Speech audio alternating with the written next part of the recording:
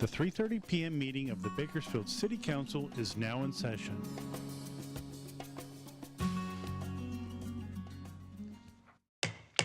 Good afternoon. It's my pleasure to call to order the 3:30 regular City Council meeting of July 9th, 2025. Madam Clerk, please call the roll. Mayor Go, Here. Vice Mayor Core, Here. Councilmember Arias, Councilmember Gonzalez, Here. Councilmember Weir, Here. Councilmember Smith, I'm here. Councilmember Koman, Here. Councilmember Bashir Tosh. Here.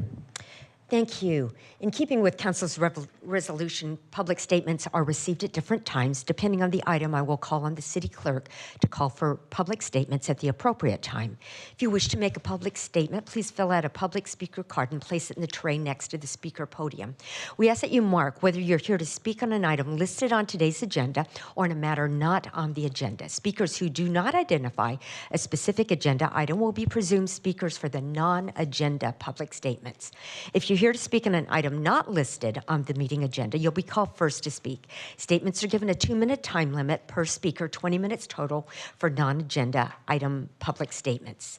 If you're here to speak on an item listed on the agenda, I'll call for you at the appropriate time. If public statements become disruptive and I've declared the chambers to regain order of the meeting, you'll be called in one at a time to provide your public statement when your item is called.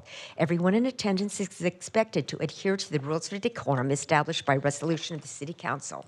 Failure to abide by the city's rules of decorum, including any disruptive behavior that interferes with our ability to have an orderly and efficient meeting, prevents the City Council from conducting the business of the city.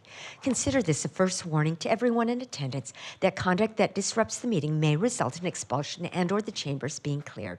Behavior that disrupts the meeting includes repetitive statements, shouting, hate speech, interrupting staff or presenters during the meeting, speaking out of turn, outbursts from the audience, and surpassing the 2-minute time limit. Madam Clerk, do we have any public statements regarding items not listed on the agenda? Mayor Go, we have received 2 speaker cards for items not on the agenda. Thank you. Would you please call them? Carlos Lopez,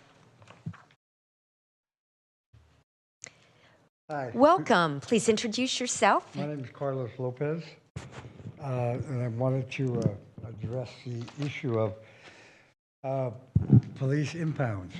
My car was recently impounded. Can you hear me all right? Yes. And my situation is such that I requested a hearing, I guess a fair hearing, asking that the impound be shortened. I was stopped for driving on a suspended license on a 16-year-old ticket. Or the ticket was from 2006, 2016, I mean. 2016, that's correct. Up in Redding, California. And it was difficult for me to get there at the time, to go back up there, and it became a failure to appear. It's different now in Reading. I can go ahead and do this, get this handled over the phone. But the problem remains that it's very. I'm retired. I got to Bakersfield years ago as a Reginald Heber Smith Poverty Law Fellow. I've been a member of the KC EOC board, elected member. Irma Carson's counseling board. A lot of public service. It's what I do. And I had realized in retirement that I hadn't looked into the homeless issue. So I was, make a long story short, I'm a long distance bicycle rider. So I camped out one night at the river to test my gear. That's what you do. It's called crazy camping. While I was there, someone stole my bicycle. And I gave it some thought, and I hadn't met any of the homeless, and hadn't worked with the homeless, or even really involved myself directly with the homeless issue. So I stayed out there looking for my bicycle. I got to meet some of the homeless people, and I'm relatively, I think, familiar with the day-to-day issues of being homeless. And it really is difficult, very difficult. And if any of you have experienced it, I think you'll understand what I'm saying. Mr. Lopez, your 2 minutes are up. Can you That's just bring your statements to a close, and then I'm just going to ask the city manager to have staff follow up with you. Okay. It appears to me that there's no appeal process for the decisions made. I was denied a hearing. My car was kept 30 days. And I don't understand why we're denied a hearing. That's what they do. Thank you, Mr. Lopez. So we have your contact information, and I'll give it to the appropriate person so somebody can follow up with you. Thank you for speaking. Great, thank you. Right, thank you. Next speaker, please. Michael Torres.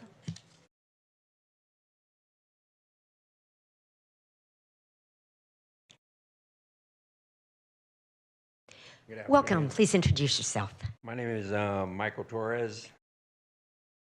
So the issue that I want to address tonight, Council, thank you for allowing me to speak. I live on 30th Street, and it is considered a, let me see, a collector street. And the problem is we have kids that walk that street and they end up walking on the side next to the vehicles. That a lot of it is not paved for sidewalks.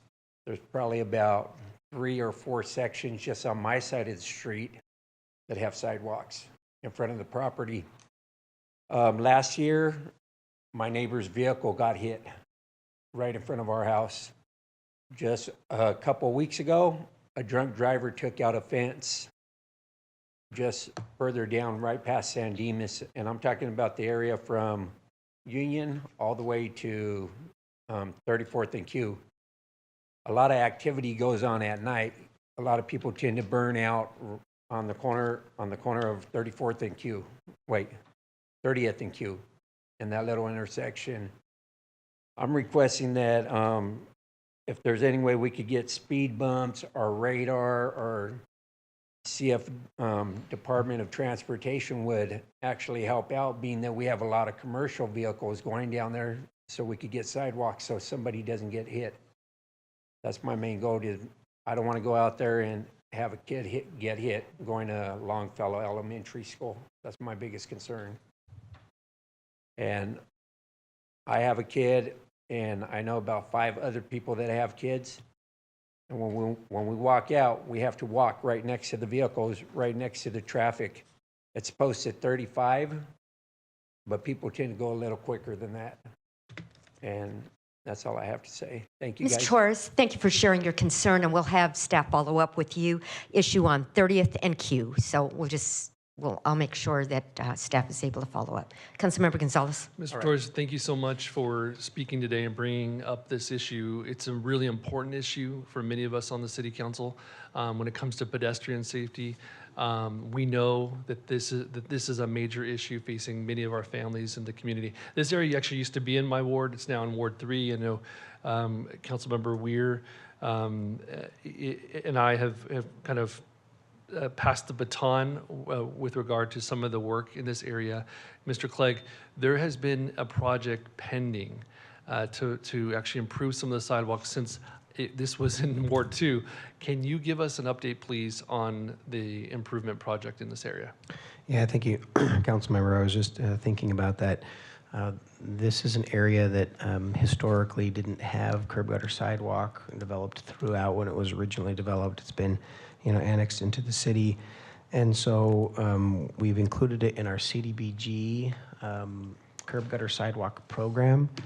We actually set aside additional funds outside of just those CDBG monies from our general CIP dollars to expedite.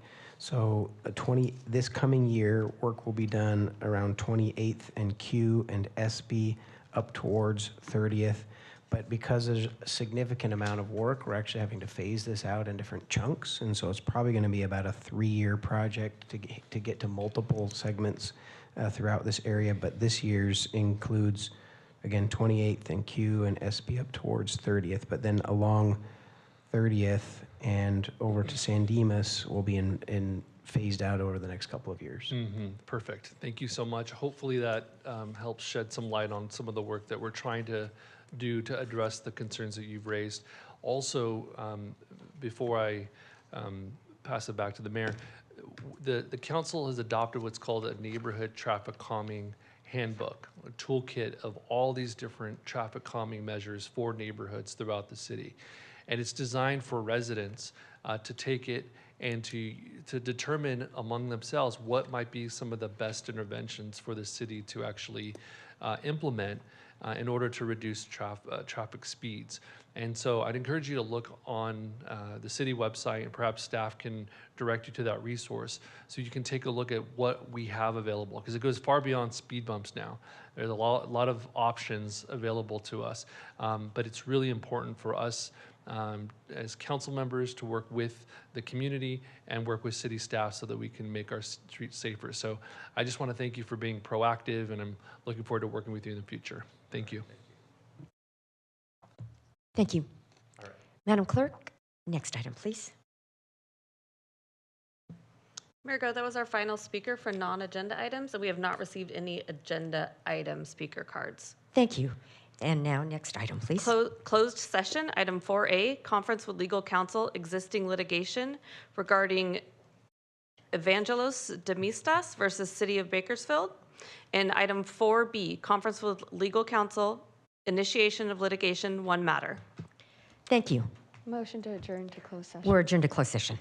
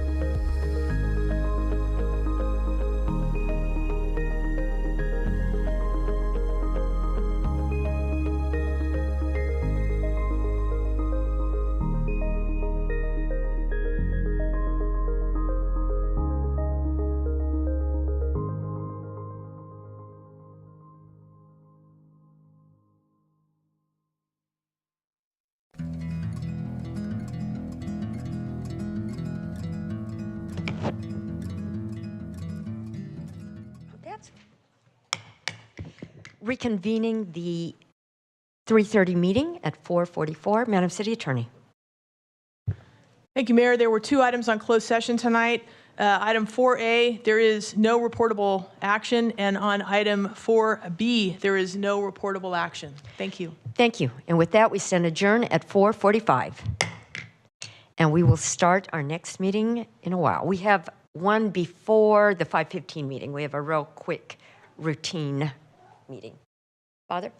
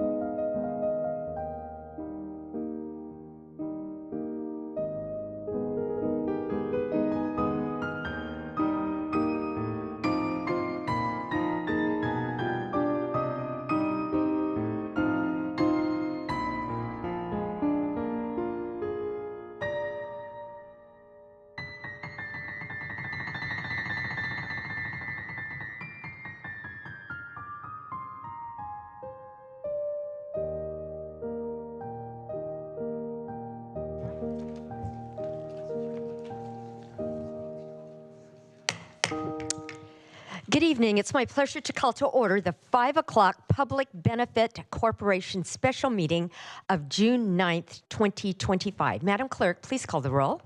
Mayor Go, Here. Vice Mayor Core, Here. Councilmember Arias, Councilmember Gonzalez. Here. Councilmember Weir, Here. Councilmember Smith, I'm here. Councilmember Coman. Here. Councilmember Bashir Tosh. Here. Thank you. Welcome. Is there anyone here who wants to make a public comment specifically related to the Public Benefit Corporation special meeting? This is not our regular meeting. Seeing none, we'll just move on then to our city manager. Mr. Clegg? Mayor and Council, just by way of a little bit of background, this Public Benefit Corporation constitutes the City Council. It was formed for distinct purposes of public benefit, and so it has a slightly different role than the regular business of the City Council, but it is constituted. The board of that corporation is the City Council. As a matter of oversight, this group is supposed to meet every year. We have not met in recent years. We discovered that oversight, and so we're reconvening the Public Benefit Corporation for the first time since 2018, and we don't have any business items, any action items to bring to that board tonight other than to adopt the minutes back from the 2018 meeting. And again, we have an expectation that this group at least meets once a year. This would meet that expectation, and we'll see if there's other business by next year's meeting. Thank you, Mr. Clegg. Vice Mayor? Motion to adopt the minutes. You have a motion. Please cast your votes.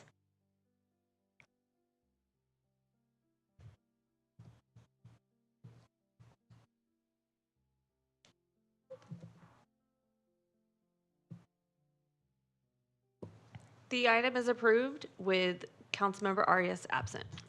Thank you.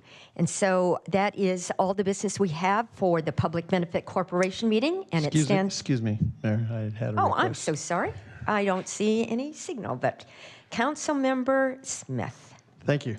Yeah, I just wanted to make a couple comments. When we formed this Public Benefit Corporation, the expectation was that we were going to borrow $200+ million, and we did not have to. And that was for the Centennial Corridor and all the TRIP projects. Congressman Thomas got the initial money, and we thought that we would have to borrow a sizable amount, but with the continuing work of Congressman Thomas and KernCog and federal and state monies, we were able to complete all those projects without any borrowing. And just last week, we got notified that we received another almost $40 million to complete the final connections, what's called the 7th and 8th movements between 99 and 58. So a big hoorah for a $1.4 billion project that the city of Bakersfield was able to do without any borrowing, and most of the money coming from Congressman Thomas. So that's my comment. Thank you. Thank you, Councilmember Smith, and thank you for your efforts on KernCog, and thank you to Councilmember Thomas. I don't see any other requests for comments, so we stand adjourned with the Public Benefit Corporation special meeting at 5:10. And we'll start our regular meeting at 5:15.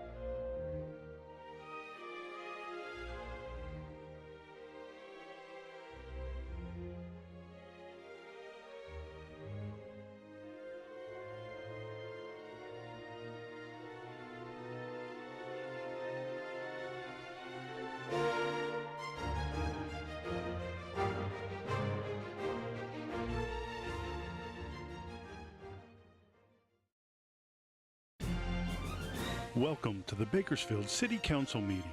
This television broadcast is brought to you by the local cable companies, the County of Kern, and the City of Bakersfield. You can watch the rebroadcast of this meeting Saturday at 7 p.m., Sunday at 10 a.m., and the following Wednesday at 7 p.m. You can download the agenda for this meeting at www.bakersfieldcity.us. Presiding over this evening's meeting, the Honorable Mayor Karen K. Go. Good evening. It's my pleasure to call to order the 5:15 regular City Council meeting of July 9th, 2025. Madam Clerk, please call the roll. Mayor Go, Here. Vice Mayor Core, Here. Councilmember Arias, Councilmember Gonzalez, Councilmember Weir, Here. Councilmember Smith, I'm here. Councilmember Komen, Here. Councilmember Bashirtosh. Here. Thank you and welcome. Glad to have you here. And I know we have a student from Bakersfield College, so thank you for participating in the process. Tonight we have the pleasure of having Reverend Joe Baca, who is the Bakersfield Fire Department chaplain, lead us in the invocation. Thank you so much for your service as chaplain for the last 3 years and then serving as a firefighter EMT with the Orange County Fire Department. Following the invocation, we'll have John O., who's a senior at Centennial High School, to lead us in the pledge. Now get ready for a very lengthy list of accomplishments. John is the City Hall intern for our Economic and Community Development Department. He's a youth commissioner for Ward 6, a Ford Dimension member, and that's a big deal there. ASB treasurer, board advisor for the Interact Club, and president of the Chemistry Club. He also is with the Science, Spanish, and National Honor Society with a 4.3 GPA. He plays the violin with the Bakersfield Youth Symphony. He competes in robotics, and in his free time, and I can't believe you have any of that, John, John enjoys learning the drums, playing tennis, and reading. It's our privilege to have both of you here. Please stand.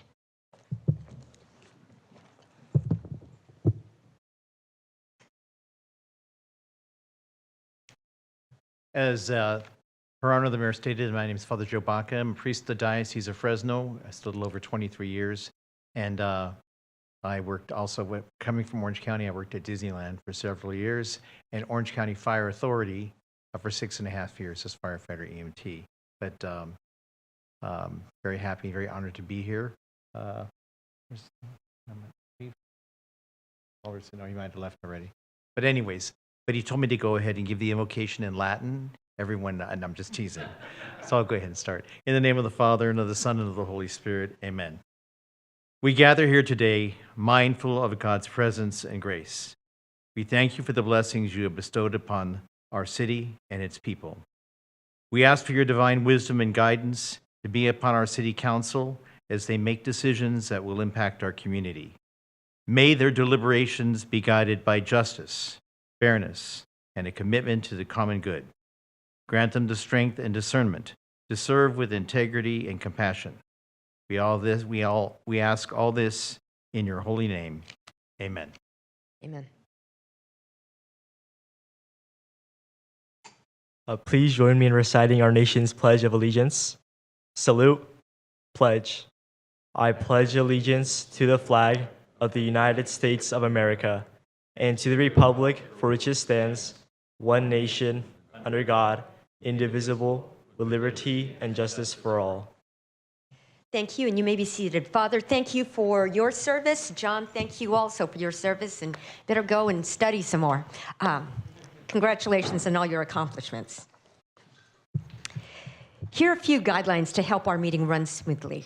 We request that you turn off your phones. Please be courteous in the use of cameras and videos for safety reasons, and as a courtesy to others, no signs are allowed in the council chamber or in the lobby. Applause is allowed during the presentations portion of the meeting, but not during other portions of the meeting. Everyone in attendance is expected to adhere to the rules of decorum established by resolution of the City Council. Failure to abide by the city's rules of decorum, including any disruptive behavior that interferes with our ability to have an orderly and efficient meeting, meeting prevents the City Council from conducting the business of the city. Consider this a first warning to everyone in attendance that conduct that disrupts the meeting may result in expulsion and/or the chambers being cleared. Behavior that disrupts the meeting includes repetitive statements, shouting, hate speech, interrupting staff or presenters during the meeting, speaking out of turn, and outbursts from the audience. Madam Clerk, next item, please. Public statements. In keeping with the Council's resolution, public statements are received at different times. Depending on the item, I will call on the City Clerk to call for public statements.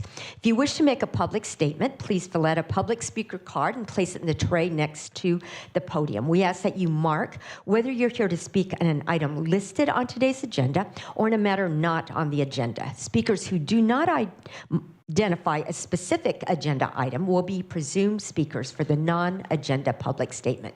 If you're here to speak on an item not listed on the meeting agenda, you'll be called first to speak. Statements are given a 2-minute time limit per speaker, 20 minutes total for all non-agenda item public statements. If you're here to speak on an item listed on the agenda, I will call for you at the appropriate time. If public statements become disruptive and I have to clear the chambers to regain order of the meeting, you'll be called in one at a time to provide your public statement when your item is called. Madam Clerk, do we have any public speakers regarding items not listed on the agenda? Marigo, we have not received any speaker cards regarding items not on the agenda, nor have we received any speaker cards for items on the agenda. Thank you. So now, Madam Clerk, next item, please. Consent calendar, items 7A through 7I. Staff memorandums were received for item 7E9, transmitting the signed agreement, for 7F3, pulling the item from tonight's agenda, and 7L4, transmitting the signed change order. Thank you. And I see that Councilmember Gonzalez has requested that 7E3 and 7I3 be pulled. So now, Vice Mayor, is there anyone else who wants to pull anything or to recuse themselves? Seeing none, Vice Mayor. Motion to approve the consent calendar with the exception of the items pulled. You have a motion? Please cast your votes.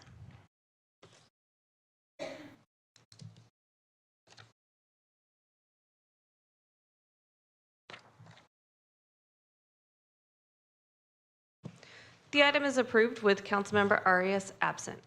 Thank you. And now Councilmember Gonzalez, 7E3. Thank you, Mayor. 7E3 is an agreement with the Bakersfield Senior Center for community engagement planning. This is part of the Transformative Climate Communities Grant. Actually, items 7E3 through 7E8 are all related to the Transformative Climate Communities Grant. In 2023, the city of Bakersfield was awarded a grant, a major grant from the state of California in partnership with many community leaders and community stakeholders.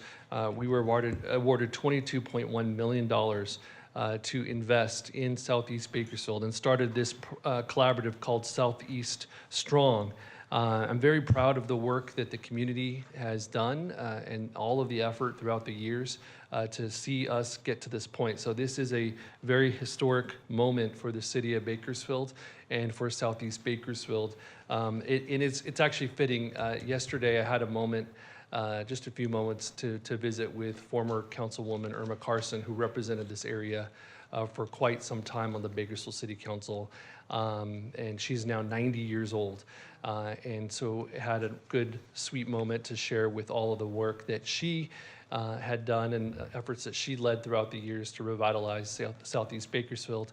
And it's just wonderful that so many of us in the community are working to continue to push towards that direction. So I just wanted to ask, because there are a number of agreements tonight, and I'm sorry for calling out 7E3, but Mr. Clegg, can you just describe to us that these agreements come in the context of a much larger plan and initiative that's already been established, and there'll be much more work in the future, many more agreements in the future as well. Can you just help us on the dais and also in the community understand what exactly we're doing? Yeah, thank you, Councilmember, Mayor, and Council. There are several items on tonight's agenda. Your next meeting will have additional items that are very similar. But taking a step back to look at the big picture and the history of this project, the very nature of the TCC project is to be one of collaboration and one of community ownership and community engagement. And so not only did we also have those same values that we wanted to go into this project as a city, but it's one of the requirements of the grant itself that you have a very robust community engagement plan. And so we've developed a community engagement plan that will offer funding, and again, these are part of the grant requirements to establish multiple entities that can really represent community interests as well as serve the community in a variety of ways. And so there's this broader community engagement plan that was established as part of the grant, and we have more than a dozen different entities that will be providing services or doing engagement with the community. And again, the intent is to have much broader community ownership, have the solutions and the projects be things the community has asked for, but then also ask the community to roll up their sleeves and pitch in and do good work. And we have so many great partners that really not only improved our grant application, but also really, I think, improved our coordinated approach that I think led to the success in a second round. We were unsuccessful our first application. We were successful in the second application because it was much more community driven and much more community owned. And so this community engagement plan reflects the many stakeholders and folks who have been doing the work and who are going to continue doing the work. Wonderful. I just want to recognize also Ms. Empress, who was one of our strongest community leaders, Dr. Evelyn Young-Spag, who's also here this evening. Thank you both for your leadership and all the hours that you've contributed to all of this effort. This is certainly monumental. I do want to touch on one other issue. We received, in addition to that, an award from the federal government for $20 million called the Community Change Grant. And this was for specific improvements that were really important to me, particularly improvements related to P Street, enhanced street lighting and walkability. And I have to share the story. When I first took over this particular area after redistricting, I walked down Q Street, all the way Q, crossed California, then walked all the way down P with me and my little dog, walked all the way down to Brundage, went down Brundage and walked up Chester at night. Q, wonderfully lit, beautiful. Because of redevelopment, the city made all these investments to improve this street. Once you cross California, pitch dark. I saw so many families come home at night as I was walking through, getting into their homes, pitch dark. I saw a woman holding her groceries, trying to walk to her home in the dark. Saw a person in a wheelchair crossing the street in the dark. Way too dark. We have to improve the street lighting in that area. This grant would help us do that. I understand that there's some issues with the current grant. Can you give the council an update on that, please, Mr. Clegg? Yeah, thank you, Councilmember, Mayor, and Council.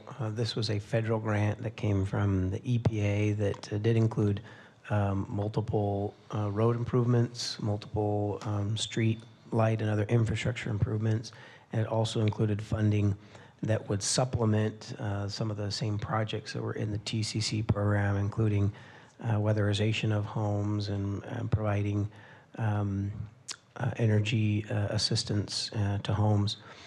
This grant, earlier in this calendar year, we received notice from the federal government that they were considering, of course, impacting and changing a multitude of grants. This was one of those that are on the list. And then a little over a month ago, I would say maybe 2 months ago, we received a notice that they had unilaterally changed some of the language in the grant and had given us notice that the grant would, was up for termination. There's a process by which we could protest that, which we have. We have protested that the grant conditions shouldn't or can't be changed without mutual consent of all of the parties. We'd already had a signed agreement with the federal government. And then we're going through that protest process to challenge the fact that, we are prepared to move forward and deliver on the deliverables of that grant and benefit the community through that grant. So we had a contract that was signed, an Correct. agreement with the federal government, and the dollars have then, or the contract has been canceled. That's correct. Okay. And so we're currently in the process of challenging. That's correct. Okay. Councilmember, when Steph and I were in DC, we met with our congressional and Senate representatives on this issue, and we've also received some further advice as to how to appeal. Fantastic. Thank you so much, Mayor. Then there's no other comments or questions. For me, I'll make a motion to approve 7E3. You have a motion. Please cast your votes.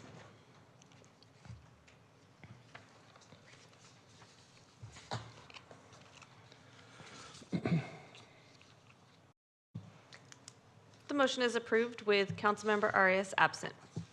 Thank you. And now 7I3, Councilmember Gonzalez. Thank you, Mayor. 7I3 tonight is related to BLNC and funding to extend the expanded operations that we've approved in the past. We expanded the shelter space from the original number of beds of 150. We actually expanded it twice. It now sits at a total of 318 beds, which I have supported and advocated for in order for us to address the homelessness crisis. And I will say, the point in time count has indicated that the number of unsheltered people has actually been reduced by 10.5% year over year. And I think it has to do in large part to the number of beds that we have created over the last few years. So I want to commend all of our service providers, certainly Mercy House, BLNC, Flood Ministries, and so many folks in City Hall who are working very, very hard. My question here is this. As we look at future extensions, when is it appropriate for us to begin analyzing the same service level, to continue the same service level, or perhaps consider a reduction in the number of beds over time? If we are, seeing some progress out there in actually addressing homelessness, it would seem prudent for us to have an honest conversation about when do we start scaling down the number of beds and the capacity at BLNC, so that we can then in turn save some dollars and reallocate to other pressing priorities. Yeah, thank you, Councilmember, Mayor, and Council. For the first few years that BLNC was in operations, I think there was a general recognition across many of our partners that there was a significant gap in our ability to provide emergency sheltering as well as transitional housing and permanent housing. I think an appropriate time is when we're able to start bringing online more of our affordable housing units, permanent supportive housing units. And as this council knows well, you started almost 5 years ago with the Affordable Housing Trust Fund, putting aside large amounts of funding to help leverage other funding sources to build affordable housing. And so, as of 3 and 4 years ago, we started putting hundreds of units into the pipeline, but it takes many years to build those units.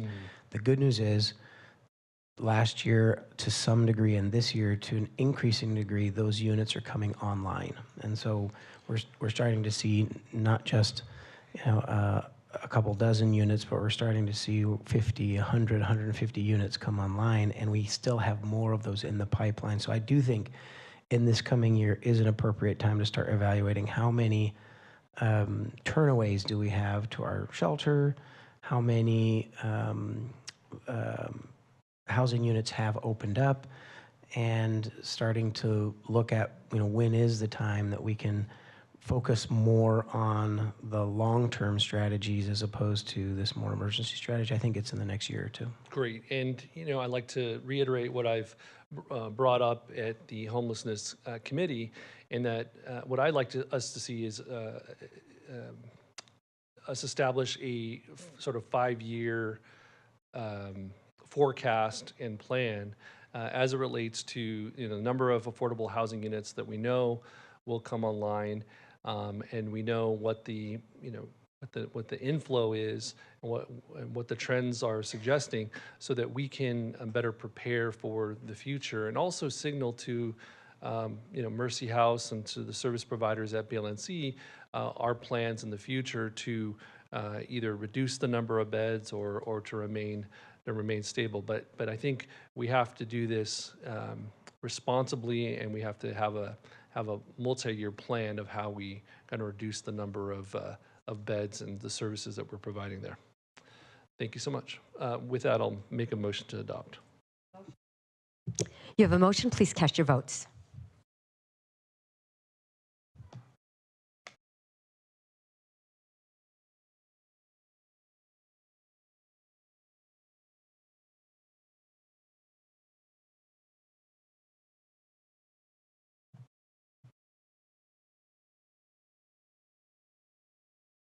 Did you vote?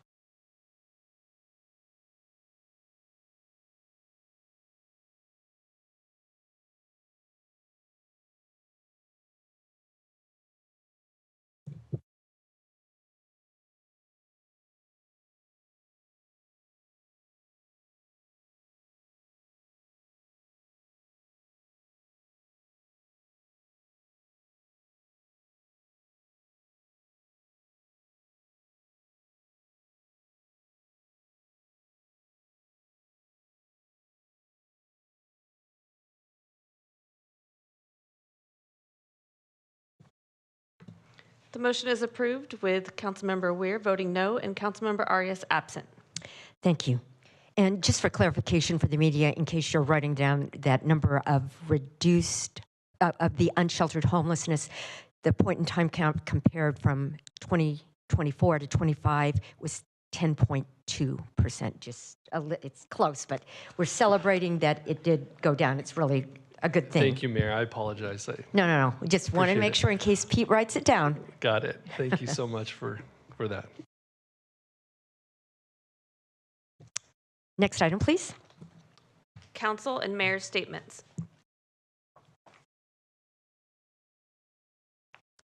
Councilmember Smith. Thank you, Mayor. I just wanted to comment, and it occurs to me as we talk about this BLNC and also the freeway wrapping up, how the city's addressed different problems over the years that come up and historically the city was not involved in and got involved in order to solve constituent desires. I think way back in the 1970s, the city was proactive in the water rights and purchasing the rights to the Kern River in order to have a water source for the city. And, we'd never been in the water business before, but we got in the water business. And with that purchase, we also got into the domestic water business that came with it and operating the river. And then we'd never been in building the freeway business before, and we got in the building the freeway, and we actually were the lead agency on that. And it was a big project over a lot of years and very successful to the city. And we just talked about the BLNC, and definitely we were never in the housing homeless business before, but it was definitely a concern of the constituents, and we got in there and did it, and then we seem to be making progress, and hopefully we can continue to make progress and change lives and also reduce the amount in the future. So I just think that we got some real wins and appreciate the work. Thank you, Councilmember Smith. I don't see any other requests to speak. So the meeting stands adjourned at 5:39. And to our young man from Bakersfield College, our renegade, this is going to be a very, very short meeting for your report. It's typically not nearly this short. So you might want to come back for Professor Holmes.